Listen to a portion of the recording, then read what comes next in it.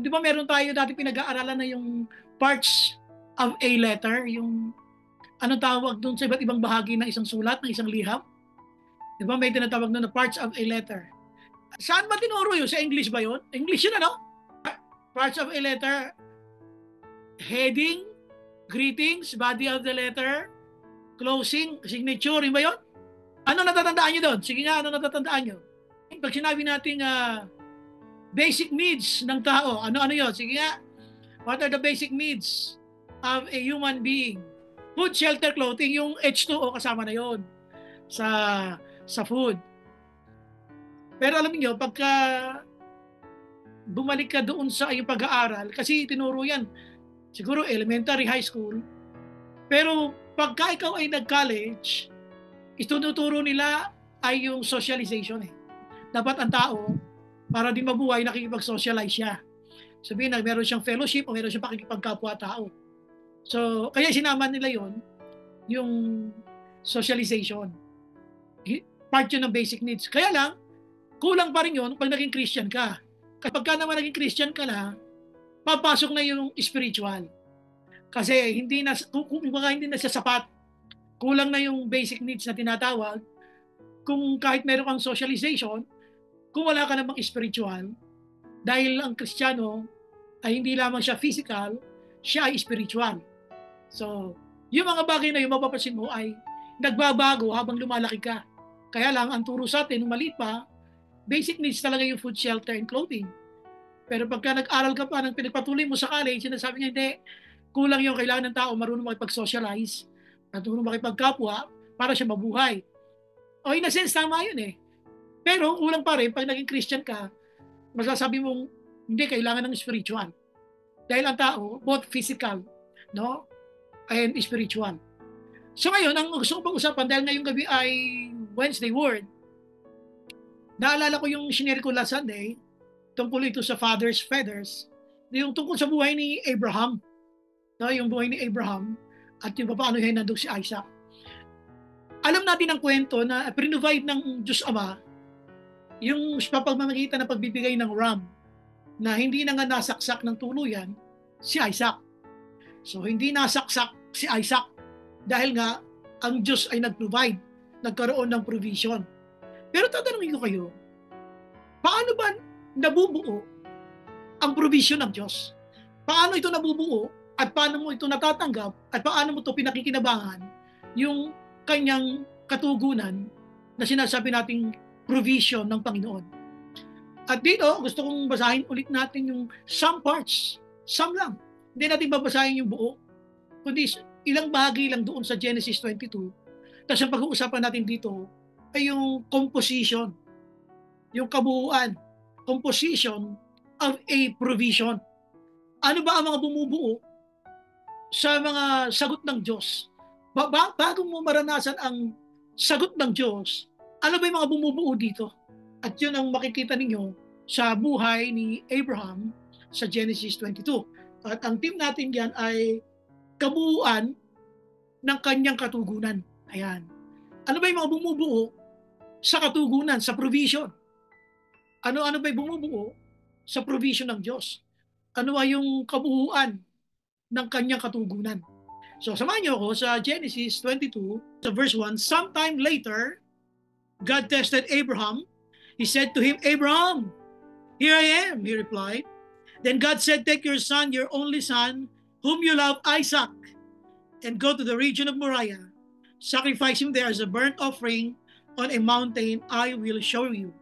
Early the next morning, Abraham got up and loaded his donkey. He took with him 2 of his servants and his son Isaac. When he had cut enough wood for the burnt offering, he set out for the place God had told him about. On the 3rd day, Abraham looked up and saw the place in the distance. He said to his servants, stay here with the donkey while I and the boy go over there. We will worship, and then we will come back to you. Abraham took the wood for the burnt offering and placed it on his son Isaac, and he himself carried the fire and the knife as the 2 of them went on together. Tapos ito nga yung part na sinasabi ko na napakabigat kay Abraham nung tinanong siya ng kanyang anak na si Isaac. So sa kalagay dito, Isaac spoke and said to his father Abraham, sabi niya kay Father Abraham niya, Father, yes, my son, the fire and wood are here, but where is the lamb for the burnt offering?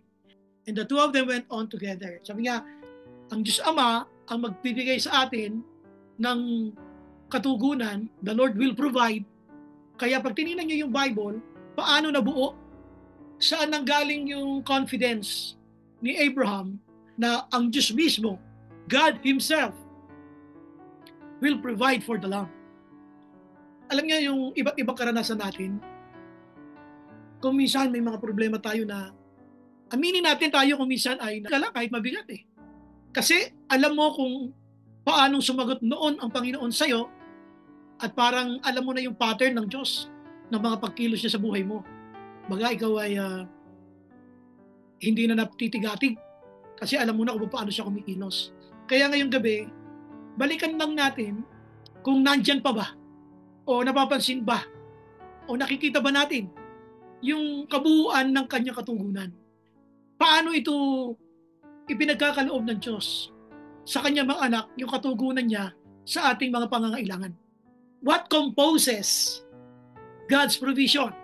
Ano ba mga bumubuo dito? Bago siya maging answered prayer, ano ba ang composition? Ano ang mga pangyayari o mangyayari sa buhay natin bago tayo makaranas ng katugunan galing sa Kanya? Unang-unang nililinaw dito ng Bible, kapag binasa ninyo, ang sabi dito ng Bible, sa verse 8, yung sinabi na God Himself will provide for the lamb. Baga, alam na si Abraham kung ano ang gagawin ng Diyos. Sabi niya sa verse 8, God Himself will provide the lamb for the burnt offering, my son. And the two of them went on together.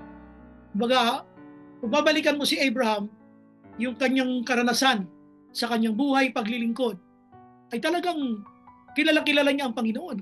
Kumbaga kayang-kaya niya mag-claim kasi nga yung kanyang pagkakakilala sa Diyos, magmula nung panahong wala pa silang anak hanggang sa may anak na siya na pinatunayan ng Panginoon, ay hinawakan niya. Una-una yung word na promise. Promise. The first word here ay yung word na promise. Alam ni Abraham na may nangako sa kanya. Ang nangako sa kanya na magkakaroon ka ng anak ay ang Diyos mismo. Kung ang bata na ipinangako ng Diyos ay naganap, gaano na lang itong ram? Gaano na lang itong hayop na ito? Kaya nga, ang sinasabi niya rito ay, ano na ba ang mga pangako ng Diyos sa iyo noong nakaraan? Na pinatunayan niya sa iyo na sinagot ko yun, anak, parang maniwala ka sa akin, para lalo kang bumilib sa akin. Sinagot ko yon upang lalo kang sumampalataya sa akin. Kaya nga pagkatapos ng mga answered prayer mo, hindi naman naputol ang mga pagsubok eh. Tuloy-tuloy pa rin ang mga pinararanas sa ating mga pagsubok. Kaya kung babalikan mo, bakit malakas ang loob mong humawak pa rin sa pangako niya? Dahil may naranasan ka. Noon, ang pangako ng Diyos, ang sabi niya kay Abraham, magkakaroon ka ng anak. Si Sarah, sabi ng Bible, ay tatawa-tawa. Pero sinita siya doon ng anghel, no? Ng Panginoon. At pinatunayan niya na kung ano yung kanyang ipinangako ay natupad. Kaya kung babalik ka sa iyong mga answered prayer, ito ay mga pangako sa iyo noon ng Panginoon na marahil hindi ka lamang aware. Kaya nga kung ating pag-uumpisahan ang ating first main point, yung word na promise. Kay Abraham may promise, tapos tinupad ng Panginoon. Sa'yo, ano ang promise sa'yo ni Lord? Nung maging Christian ka, for sure marami kang pwedeng balikan na pinangako ito sa akin ng Lord at natupad na nga. Okay? Tapos, pag binalikan mo yung mga panalangin mo noon, mga prayer request mo, ay ito yung pinagpe-pray ko lang noon. Kaya nga, sabi nga ng isang nagsulat sa Facebook, kung minsan hindi lamang tayo aware na yung mga tinatamasa mo ngayon ay dating mga panalangin mo lamang. Talaga naman eh. Yung ibang mga tinatamasa natin sa ngayon, dati mo lamang siya mga panalangin noon. Mga prayer request mo lang yan. Sana makapagtrabaho ako ng maayos, sana kumita ako ng ganitong sweldo, sana magkaroon ako ng girlfriend na ganito kaganda, sana magkaroon ako ng time na makapag-aral din ako, sana mag-provide si Lord na pang-matrikula ko. Noon, mga prayer request mo lang yan eh. Bisa nga, mga mga panalangin hindi mo nga binanggit kay Lord, puso mo lang at ang Diyos ang nag-uusap eh. Pero dito, dahil nga ang Diyos ay tumutupad sa kanyang pangako, ang isang salita dyan, kung babalikan nyo, kahit sa panahon nila Moses, sa lumang tipan, kahit sa panahon ng bagong tipan, ang tinuturo nila lagi, yung ating mga patriarchs. Sino ba yung mga patriarchs? Itong sila Abraham, sila Isaac, sila Jacob. Sila yung mga binigyan ni Lord ng mga covenant. Sila yung mga binigyan ng Diyos ng kasunduan na kahit hanggang sa panahon ni David, sinasabi ng Panginoon na dahil may pinangako ako sa iyong mga ninuno, pagpapalain kita. Kaya yung word na promise ay marami siyang pinaggamitan. Hindi lang ito sa personal mong buhay, kahit sa lumang tipan yung mga tauhan, sa lumang tipan ng mga nakipag-ugnayan, nakipagkasundo sa Diyos, ay may pangako ang Diyos sa kanila na tayo ngayon ang mga recipients. Ibig sabihin tayo yung nakikinabang, sila yung mga pinangakuan, pero tayo yung meron ngayong karanasan. Kumbaga tayo yung nakakaramdam, ikaw ngayon ang nakakaranas ng mga pangakong ibinigay ng Diyos sa ating mga ninuno. There is the word promise. Ngayon, sa personal mong buhay, kumustahin mo ang sarili mo. Bakit kaya ang Diyos tumutugon? Tandaan nyo, because of the word promise. Ang Diyos hindi sumisira sa kanya mga pangako. Kaya kung meron ka mga pinagpe-pray mo, tapos nasa iyo na, tandaan mo, because of the word promise. Pinangakuan siya, yung ating mga ninuno. Hanggang sa panahon natin ngayon, tayo ang nakikinabang sa mga pangako ng Diyos na yan sa ating mga ninuno. Kaya nga, pag binalikan nyo yung buong Bible, napakadaming klase ng covenant. Nakipagkasundo siya, nangako siya kay Adan, kay Abraham, kay Noah, kay David. Lahat yan ay mga covenant. In other words, kasunduan. In other words, yan ay promise. Ngayon, kumusta ka? Akala mo ba yung answer prayer mo, basta lang nangyari? Meron siyang pangako sa ating mga ninuno na tinutupad lamang niya. At kasama ka doon sa saling lahi na mga descendants ni Abraham, mga descendants nila nakarating hanggang sa atin. Kaya yung pangako na yun na tinutupad ng Panginoon, tayo man ay nakakaranas ng kapakinabangan dahil doon. Ngayon, pag pinag-usapan naman natin yung buhay natin sa ngayon, kumusta ka na? Tandaan mo, ang Diyos ay sumagot. Ang Diyos ay patuloy na sasagot dahil mayroong salitang promise. May salitang pangako. Hindi ka basta nakaranas ng answered prayer, kundi merong ang Diyos tinutupad na pangako kahit sa panahon ng lumang tipan doon sa mga anak niya na sumampalataya magmula sa kanila kila Abraham papunta doon sa mga lahi pa na mga susunod at hanggang sa mga hintil katulad natin, ang pangako na yon ay pinakikinabangan natin. Kaya kung isipin mo, napakabait ng Diyos, napakatapat niya, mapagmahal. Sino sinasagot panalangin ko? Tandaan mo, bukod sa ikaw ay nagtatapat, meron siya mga pangako na kailangan niyong tuparin sapagkat yun ay pinangako niya sa ating mga ninuno kahit sa panahon pa nila David. Kaya magpasalamat tayo sa Panginoon. Ang Diyos natin ay hindi katulad ng tao na sinungaling. Ang Diyos natin ay kung ano man ang kanyang pinangako ay kanyang tinutupad. Kaya kumisan, pag nananalangin nga ako, binabalik ko kay Lord, di ba yung pangako mo kay David? Lord, di ba pangako mo kay Noah? Binabalik ko kay Lord ang mga pangako niya. At pagkatapos doon ako hihingi sa Panginoon. Doon ako mananalangin. Binire-remind ko siya sa kanyang mga promises. Kaya when you come to the Lord in prayer, remind the Lord of His promises to our forefathers, sa ating mga ninuno. At sa iyong kalagayan bilang isang Kristiyanong nananampalataya, na ikaw ngayon ay isa ng born again, you can remind the Lord of His words. Ang pagsagot ng Panginoon ay dahil meron siyang pangako. Meron siyang mga pangako na kanyang tutuparin hanggang sa panahon natin. So unang-una yung sinasabi kong promise. Tapos, binanggit din dito sa Bible, yung kay Abraham na sometime later, God tested. Alam nyo, grabe ang word na yan. Nananahimik si Abraham, biglang sinubok. Sometime later, God tested Abraham. Ang testing na yun, ang hiningi niya yung anak. Anak na ipinangako niya kay Abraham, ito ring anak na to, ang gusto niyang subukin. Kaya kung iisipin ninyo mabuti, babalik at babalik kayo dito sa Biblia, hindi naman basta lamang si Abraham ay naghandog. Makikita mo yung kanyang pag-uugali sa panahon na siya ay naghahandog kahit ito ay napakahirap para sa kanya.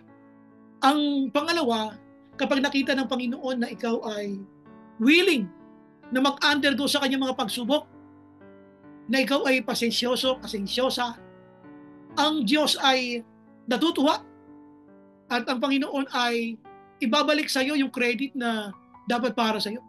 Kaya nga sabi niya, ngayon ay naipakita mo na. Ang pangalawa na dahilan, the second composition of a provision, ang pangalawang kabuuan ng katugunan, ay yung tinatawag kong process. Yan. Hindi lamang yung promise, kundi yung process. You have to be patient. Grabe ang pasensya dito ni Abraham. Although he had the quote-unquote karapatan or rights to question the Lord and remind the Lord, Lord, bigay mo ito, ba't mo nang binahahandog? Yan. Pero dito yung patience ni Abraham ay grabe. Kumusta ka? Merong prosesong pinadaanan ang Diyos kay Abraham. Kaya nga dito nakalagay, sometime later. Nananahimik si Abraham, ha? Bisang ganun kayo. Tahimik kayong pamilya, naglilingkod kayo sa Panginoon, tahimik kayong pamilya, binibigay mo yung best mo sa paglilingkod, tapos nagbibigay ka ng yung mga ikapo, nagsusoli ka ng mga tithes mo, yung mga offering, mga pledges mo, hindi ka nagkukulang. Tapos bigla na lang nagkaroon ng sakit na malubha si Papa. Bigla na lang nagkaroon ng mabigat na problema si Mama. O kaya yung anak mo. Ay talaga makapagtatanong. Kaya dito, sinasabi ko, pag nakita ni Lord, katulad kay Abraham, nakita ni Lord, grabe pasensya nito. Sukdo lang kanyang saksakin ang kanyang angking anak na si Isaac. Willing siyang sumunod pa hanggang doon. Pero si Lord na yung si Lord na yung umawat. Tama na, Abraham, tama na. Naipakita mo na. See? Kumbaga, willing siyang dumaan sa prosesong padadaanan siya ni Lord, sa kanya ni Lord, kung karapat-dapat nga ba siya doon sa mga pagpapala pa. Kasi di ba nabasa nyo naman? Dahil naipakita mo na hindi mo siya kaya ipagkait sa akin, pagpapalain kita, hindi lang ikaw, pati ang iyong descendants, pati yung lahi mo. Sibidami rin ng buhangin at magiging sindami ng mga bituin. So, grabe mga pagpapala yun. Grabe mga blessing na ibinibigay ng Panginoon sa atin. Pero dito, si Abraham, willing siyang sumunod. Grabe yung pasensya niya. At dahil nakita ni Lord yung kanyang patience during the process, kinumen siya ng Panginoon. Nireward siya ng Panginoon. Kumusta ka? Paano mo pinakikitugunan ang mga problema at mga pagsubok sa buhay? Nangangayaw ka na ba? Umaayaw ka na? O anong nararamdaman mo? Gusto mo nang sumbatan si Lord? Lord, ba't naman ganito? Lord, ba't naman ganyan? Dito, grabe yung patience niya. Kaya sabi ko nga, he was willing to go through the process.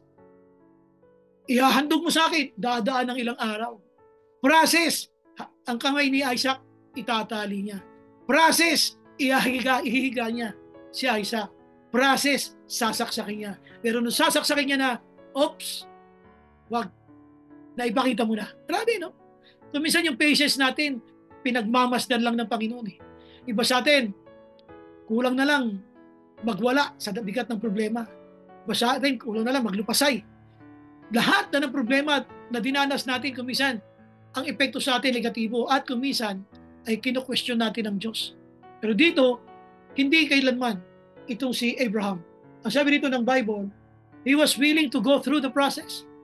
Nilinaw sa kanya ni Lord, ihantog mo sa akin ang iyong anak, ang kaisa-isa mong anak, na lubos mong minamahal. Wow. Okay, sige Lord. Galing naman sa iyo yan. Eh, sige.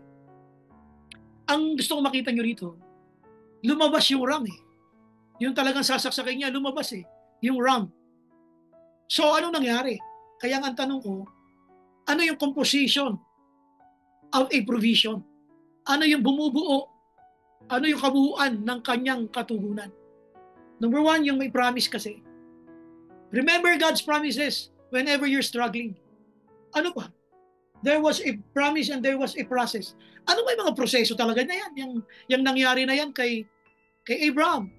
Ang isang process dyan, alam nyo, yung emotional. Grabe, anak ko to eh. So, kumisan ang dating ng mga pagsubok ng Diyos sa atin, i-challenge magkakaroon ng emotional process. Pagka ba ikaw problema na sa emosyon, paano ka? Ikaw ba ay nananatiling nakatingin sa Panginoon? Paano na? May emotional process. Ano pa? The physical. Nakakapagod yun. Ilang araw silang naglakbay. Hindi naman sinabi ng Bible na sila huminto at nagpahinga. Physical. Kumbaga, grabe. Emotional, hindi alam ni Isaac, siya yung ihandog. Tapos yung physical, pagod. Ilang araw sila nagbiyahe. At ano ba yung pangatlo dito na sinasabi ko na he was willing to go through the process? Ang pangatlo, hindi lang yung physical and emotional, kundi yung spiritual. Ano yung spiritual? Pwede siya magtanong, Lord, hindi naman kaugalian dito sa atin sa Israel ang burnt offering. Ang burnt offering ay yung maghahain sila ng tao at ang tao na inahahain nila doon sa altar ay kanya mismong anak na kanyang minamahal, ang kanyang kaisa-isang anak. Willing siya. Pero tingnan nyo mabuti ha. Pwede siyang magtanong, pero hindi siya nagtanong. Kailan ka natuksong magtanong sa Panginoon? Kailan ka parang tuksong-tukso ng questionin ang Diyos? Lord, ba't ganoon? Dito, sabi ko nga, yung kanyang dinaanan ay hindi lang yung pagkakaroon ng Diyos na alam mong sasagot dahil ang Diyos ang nangako. Sabi nga niya, God Himself will provide. Siya mismo ang tutugon. So, grabe yung kanyang pagtitiwala sa Diyos. Grabe yung kanyang paghawak sa salita ng Diyos. Because, alam niya kasi yung promise. At number 2, yung process. Kung minsan alam lang natin ang pangako ng Diyos, pero ayaw nating maranasan ang mga proseso ng Diyos. Kasi ubos ang pasensya natin sa proseso ng Diyos. Nauubos ang pasensya natin. Sukdo lang ang Diyos ay iyon ang questionin. Hindi mo na magawa kasi alam mong mali na questionin ang Diyos. Pero yun nga, yung promise at yung process ay dalawang dahilan na pagka ang Diyos ay nalugod sa iyo, pagpapalain ka niya. Kaya nga yung process dito, sabi ng Bible, naipakita mo na. At dahil napakita mo ng nakanda kang sumunod sa kabila ng hiningi ko sa iyo, yung hiningi ko sa iyo, isinurrender mo sa akin, dahil doon pagpapalain kita. Ano ba hinihingi sa iyo ni Lord? Kaya mo ba ibigay? Pag ibinigay mo sa Panginoon ang hinihingi niya, wow, the Lord will be grateful din sa iyo dahil naniniwala ka sa Kanya. Matutuwa din ang Panginoon sa iyo. Dahil katulad kay Abraham, nasabi niya na huwag mong sasaktan ang bata. Ngayon naipakita mo ng nakahanda kang sumunod at hindi mo pinagkait sa akin ang kaisa-isa mong anak, ang minamahal mong anak. Wow. So kumusta tayo? Tandaan nyo ha, si Lord hindi basta sumasagot lang ng ganun lang. May mga bagay na dahilan siya sa iyo, kaya kanya sinasagot. So ang pangalawa yan, yung process. Ang pangatlo, puntahan natin verse 12. Sa verse 12, ito yung panahon na inawat na ng anghel ng Panginoon itong si Abraham. Do not lay a hand on the boy. Do not do anything to him. Now I know. Yan yun oh. Now I know. Bakit? Hindi ba niya alam? Now I know. Ibig sabihin may nakita siyang kakaiba kay Abraham. Now I know. Grabe ka Abraham ha. Malinaw talaga sa iyo na galing sa akin. Na galing sa akin ang iyong anak na si Isaac at hindi ka natatakot mawala siya. Dahil alam mo, kaya ko yan ibalik sa iyo. Now I know. Huwag kang sasaktan ng bata. Ngayon, naipakita mo na. Now I know. You did not held your son. Now I know.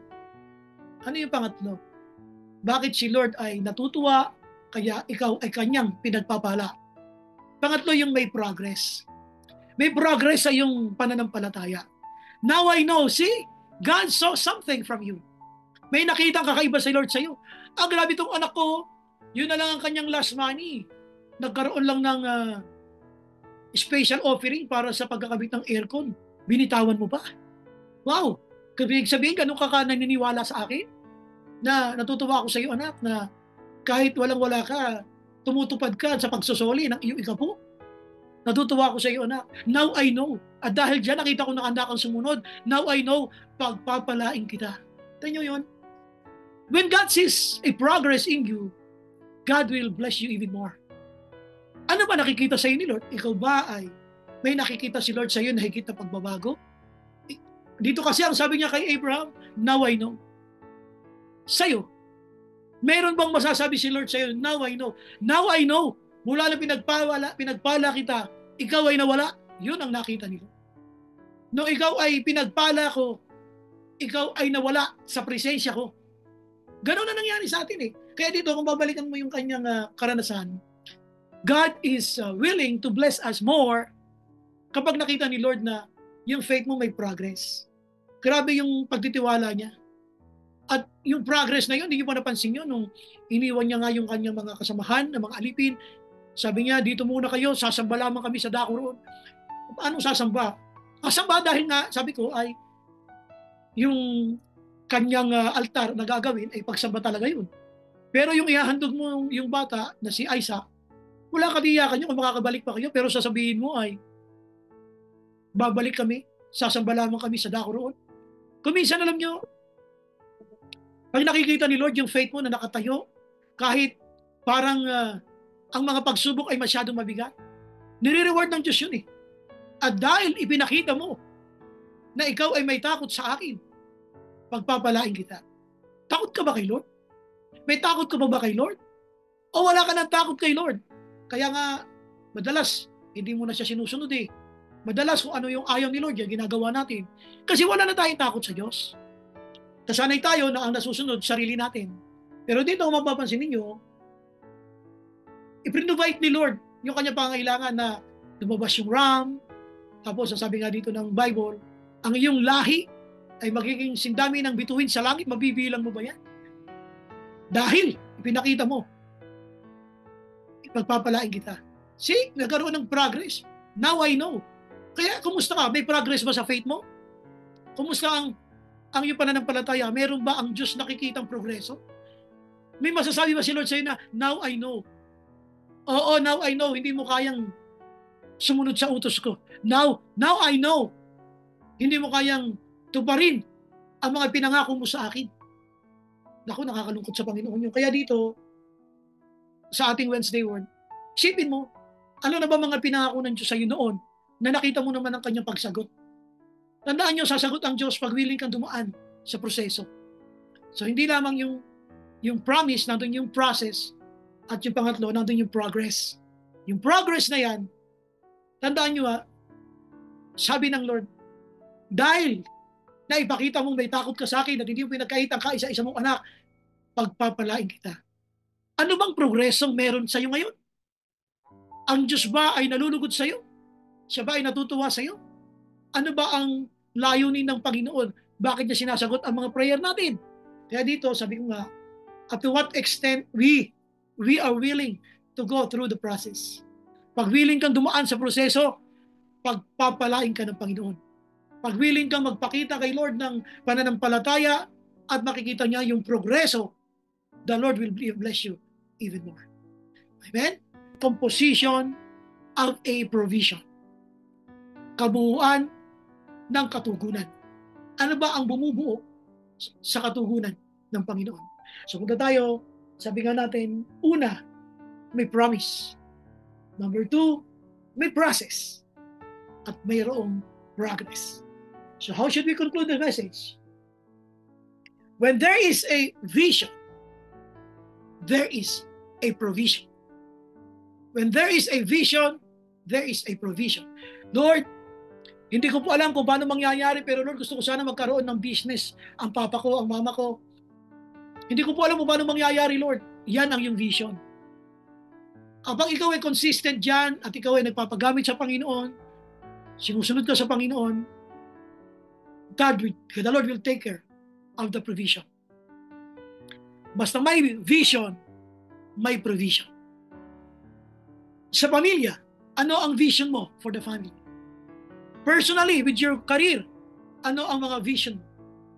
What do you really wanted to see in the future?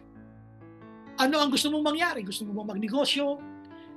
Do you see yourself graduate ng isang course at pagkatapos ay you're now a successful businessman using that course. How do you see yourself? Tandaan nyo, dito sa pinag-uusapan natin, basta meron kang vision, there will be a sure provision. Amen? So maraming salamat sa inyo lahat. Thank you so much sa ating Wednesday Word.